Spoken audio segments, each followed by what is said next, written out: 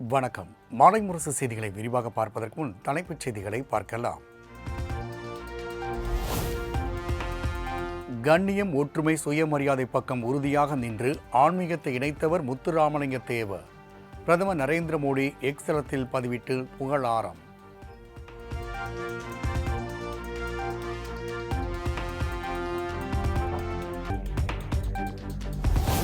பசும்பொன்னில் உள்ள முத்துராமலிங்க தேவர் நினைவிடத்தில் முதலமைச்சர் மு க ஸ்டாலின் மாலை அணிவித்து மரியாதை. நாட்டின் விடுதலைக்காக தன்னையே ஒப்படைத்தவர் தேவர் திருமகனார் என புகழாரம்.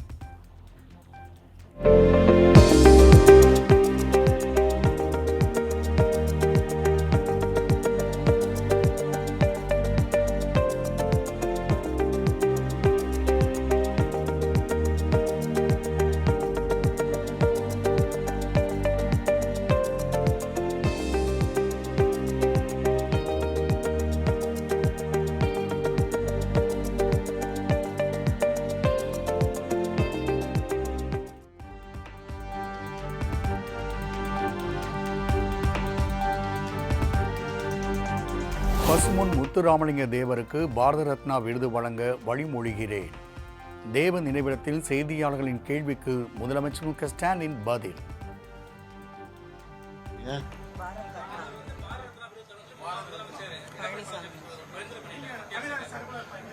அதை நாங்கள் வழிமொழியை காத்துக்கிட்டு இருக்கோம். அது ஒன்றும் பிரச்சனை இல்லை.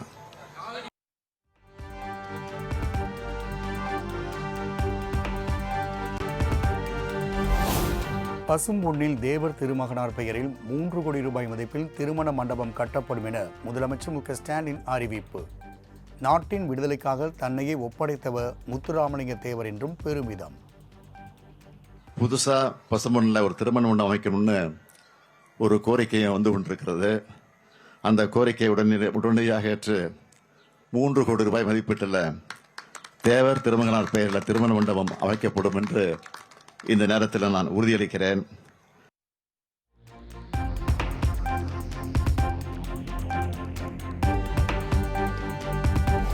பசும்பொன்னில் உள்ள முத்துராமலிங்க தேவர் நினைவிடத்தில் அதிமுக பொதுச் செயலாளர் எடப்பாடி பழனிசாமி மரியாதை. முத்துராமலிங்க தேவருக்கு பாரத ரத்னா விருது வழங்க வேண்டும் என அதிமுக சார்பில் மத்திய அரசை வலியுறுத்தி உள்ளதாக பேட்டி. பணியாற்றி மக்களுக்கு தொண்டாற்றியவர்.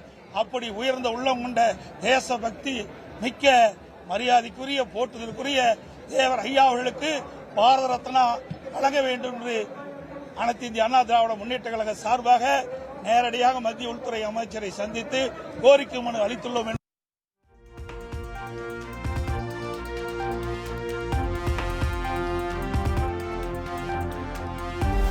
118வது தேவர் ஜெயந்தியை ஒட்டி பசும்பொன்னில் உள்ள அவரது திருவுருவ சிலைக்கு குடியரசு துணைத் தலைவர் சி.பி. ராதாகிருஷ்ணன் மாலை அணிவித்து மரியாதை.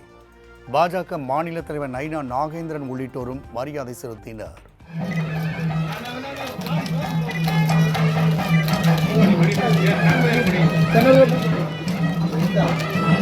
கொஞ்சம் கீழே இருக்கு.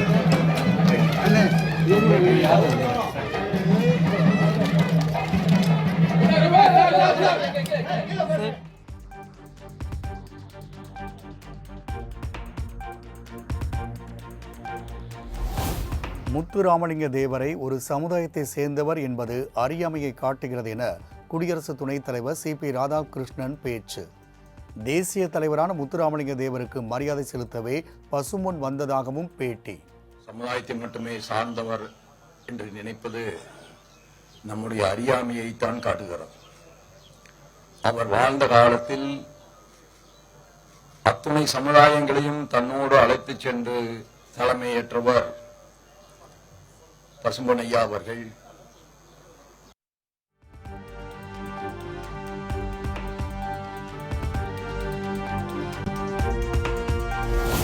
பசும்பொன் முத்துராமலிங்க தேவரின் 118வது பிறந்த நாள் மற்றும் 63வது குரு பூஜை நாள். மதுரை கோரிப்பாளையத்தில் உள்ள முத்துராமலிங்க தேவரின் திருவுருவ சிலைக்கு முதலமைச்சர் மு க ஸ்டாலின் மரியாதை.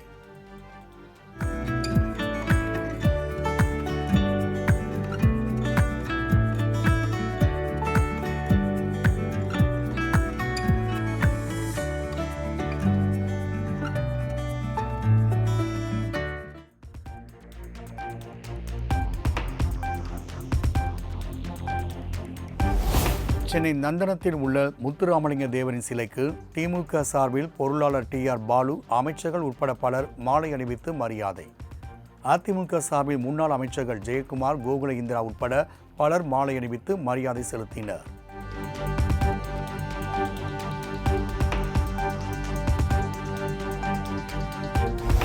முத்துராமலிங்க தேவரின் நினைவிடத்தில் மரியாதை செலுத்துவதற்காக OPS மற்றும் செங்கோட்டையன் ஒரே காரில் பயணம். அதிமுகவை ஒன்றிணைக்க வேண்டுமென வலியுறுத்தி வந்த செங்கோட்டையன் தற்போது OPS உடன் கைகோர்த்துள்ளதால் அதிமுக வட்டாரத்தில் பரபரப்பு.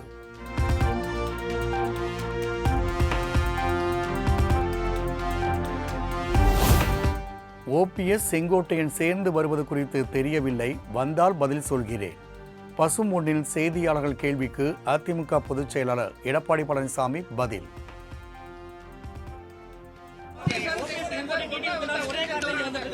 தெரியவில்லை, வந்தால் தான் தெரியும். வந்தால் நான் பதில் சொல்றேன்.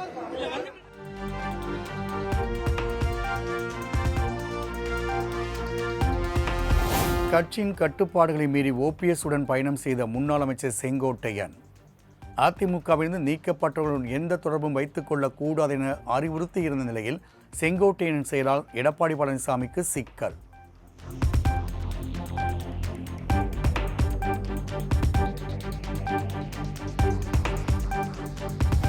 அதிமுகவின் அதிகாரம் பாஜக கையில் இருப்பதாக அதிமுக ஒருங்கிணைப்பு குழுவை சேர்ந்த புகழேந்தி விமர்சனம்.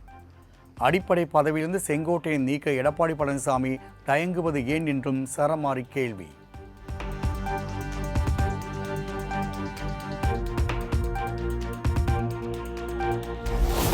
மருது பாண்டியர்களின் 224வது குரு பூஜையை ஒட்டி மதுரை தெப்பக்குளம் பகுதியில் உள்ள அவரது சிலைகளுக்கு முதலமைச்சர் மு க ஸ்டாலின் மாலை அணிவித்து மரியாதை. அதிமுக பொதுச் செயலாளர் எடப்பாடி பழனிசாமியும் புடைசூழ சென்று மரியாதை செலுத்தினார்.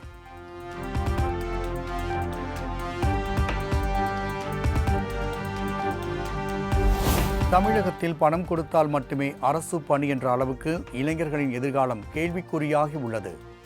நாட்டில் ஊழல் புரையோடி போய் உள்ளதாகவும் முன்னாள் அமைச்சர் ஜெயக்குமார் விமர்சனம்.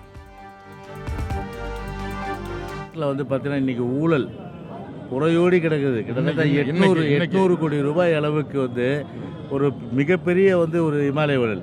அதாவது செந்தில் பாலாஜி போல பல பேர் இன்றைக்கு ஸ்டாலின் அமைச்சர் இன்றைக்கு இருக்கிறாங்க. இன்னைக்கு கிட்டத்தட்ட பார்த்தீங்கன்னா இளைஞனுடைய எதிர்காலமே இன்னைக்கு ஒரு கேள்விக்குறியாகிவிட்ட ஒரு நிலை தான். பணம் கொடுத்தால்தான் அரசு பணி என்கின்ற அளவிற்கு இன்றைக்கு நிலைமை இருப்பதால் இன்றைக்கு இளைஞர்கள் இன்றைக்கு மிக மிக அவருடைய எதிர்காலமே கேள்விக்குறியாகிவிட்டது.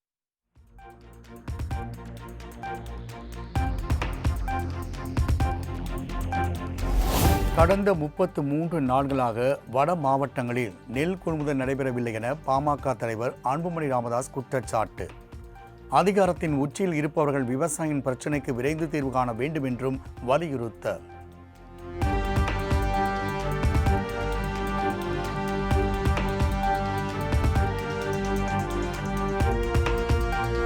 தமிழகத்தில் கனமழையினால் சேதமடைந்த பயிர்களை கணக்கெடுக்கும் பணிகளை துரிதப்படுத்த வேண்டும்.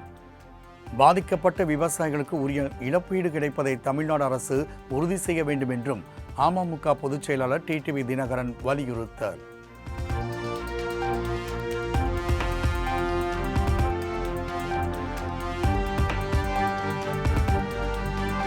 தமிழ்நாட்டில் NDA கூட்டணியை விரிவுபடுத்த விரும்புகிறோம். தனியார் தொலைக்காட்சிக்கு அளித்த பேட்டியின் போது விஜயுடன் பாஜக கூட்டணியா என்ற கேள்விக்கு மத்திய உள்துறை அமைச்சர் அமித்ஷா பதில்.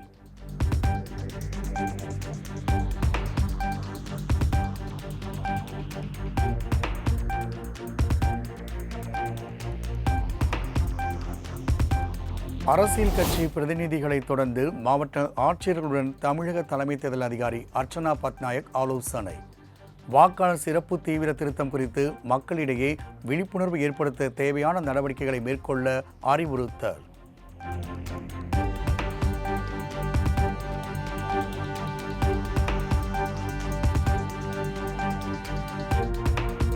சென்னையில் ஆபரண தங்கத்தின் விலை சவரனுக்கு 1800 ரூபாய் குறைந்து 88,800க்கு விற்பனை. 1 கிராம் 11,100க்கு விற்பனையாகிறது.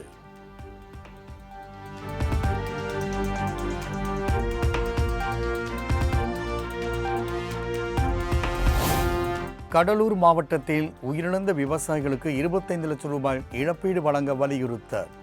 ஆட்சியர் அலுவலகத்தில் நடைபெற்ற குறைதீர் கூட்டத்தில் இருந்து கருப்பு பேட்ஜுடன் விவசாயிகள் வெளிநடப்பு செய்ததால் பரபரப்பு.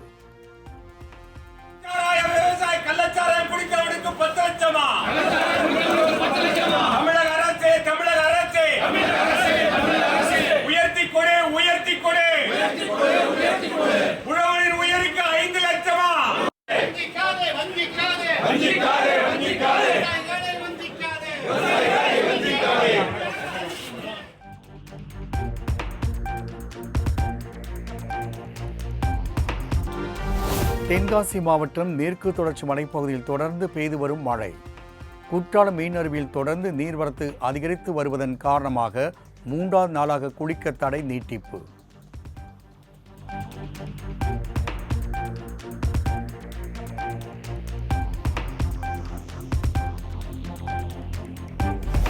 தென்காசி மாவட்டத்தில் உள்ள அடவி நயினார் கோவில் அணை 4வது முறையாக நிரம்பியது. முழு கொள்ளளவான 132 அடியை எட்டியதால் பிசான சாகுபடிக்கு தேவையான தண்ணீர் பற்றாக்குறையின்றி கிடைக்கும் என விவசாயிகள் மகிழ்ச்சி.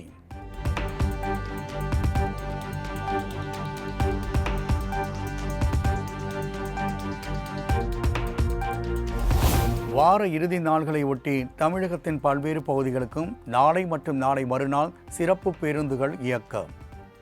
சென்னை கிளாம்பாக்கம், கோயம்பேடு மற்றும் மாதவரத்தில் இருந்து சுமார் 800 பேருந்துகள் இயக்கம்.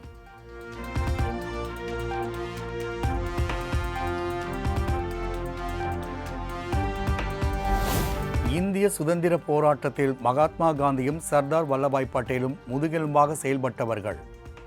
வல்லபாய் பட்டேலின் 150வது பிறந்தநாள் கொண்டாட்ட நிகழ்ச்சியில் உள்துறை அமைச்சர் அமித்ஷா பெருமிதம்.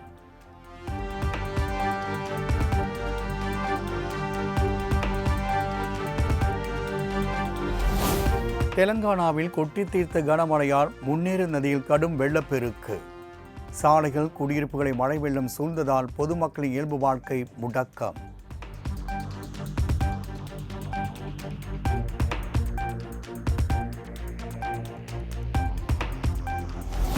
ஆந்திராவில் சுழன்றடித்த மோந்தா புயலால் 1.5 லட்சம் ஏக்கர் பரப்பளவிலான விளைநிலங்கள் பாதிக்கப்பட்டதாக தகவல்.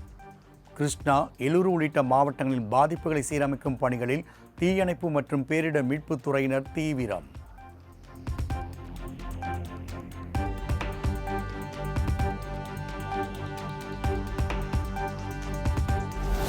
இந்தியாவில் தயாரிக்கப்பட்ட முதலாவது ஓட்டுநர் இல்லாத கார் அறிமுகம். பெங்களூருவில் விப்ரோ நிறுவனம் தனியார் கல்லூரியோடு இணைந்து உருவாக்கப்பட்ட காரில் துறவிகள் சவாரி செல்லும் காட்சி இணையத்தில் வைரல்.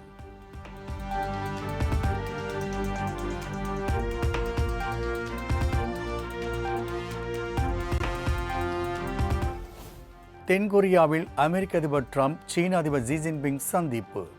இரு நாடுகளுக்கும் இடையே வர்த்தக ஒப்பந்தம் கையெழுத்தாகலாம் என தகவல்.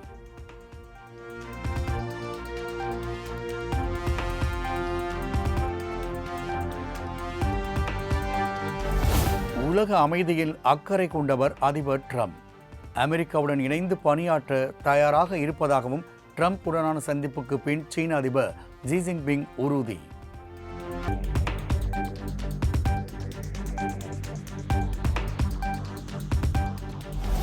சீன இறக்குமதி பொருட்கள் மீதான வரி 10% குறைப்பு.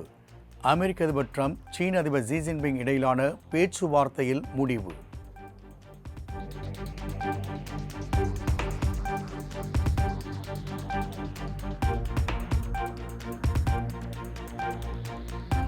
அதிபர் ஜி ஜின்பிங் உடனான சந்திப்பின் போது முக்கிய முடிவுகள் எடுக்கப்பட்டதாக அதிபர் ட்ரம்ப் அறிவிப்பு. ஜி ஜின்பிங் சிறந்த தலைவர் என்றும் இந்த சந்திப்பு மிகவும் அற்புதமான ஒன்று என்றும் நெகிழ்ச்சி.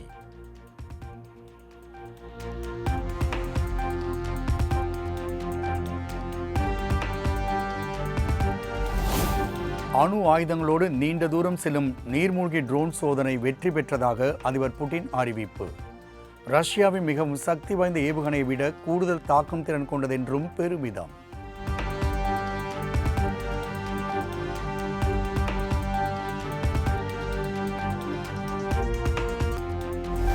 காயத்தில் இருந்து நாளுக்கு நாள் குணமடைந்து வருவதாக இந்திய கிரிக்கெட் வீரர் ஸ்ரேயாஸ் ஐயர் பதிவு. மருத்துவமனையில் சிகிச்சை பெற்று வரும் தனக்காக பிரார்த்தித்த அனைவருக்கும் நன்றிகள் என்றும் நெகிழ்ச்சி பதிவு.